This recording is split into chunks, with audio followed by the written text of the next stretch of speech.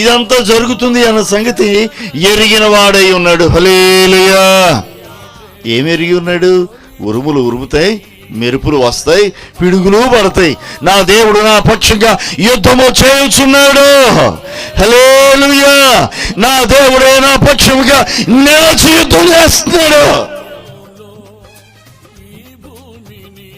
మనం ఆరాధిస్తున్న దేవుడు మన పక్షంగా నిలిచి యుద్ధము చేయువాడు.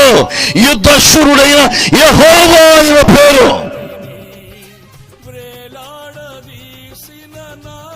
తనను వేడుకున్న వారికి సహాయముగా దిగివచ్చువాడు.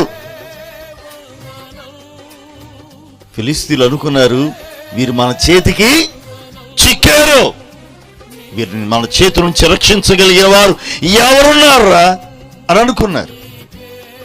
నలుదిక్కులా వాళ్ళు ఏం చేశారు?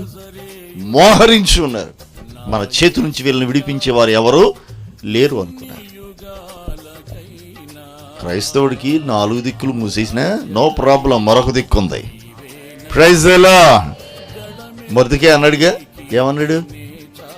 యూదులకు సహాయం వేరొక దిక్కు నుండి వచ్చును, మరొక దిక్కు నుంచి వచ్చును. ఏ దిక్కు అది? యేసయ్యే. హల్లెలూయా. దేవుడే మనకు దిక్కు. ఆయన యొద్ద నుండి సహాయం.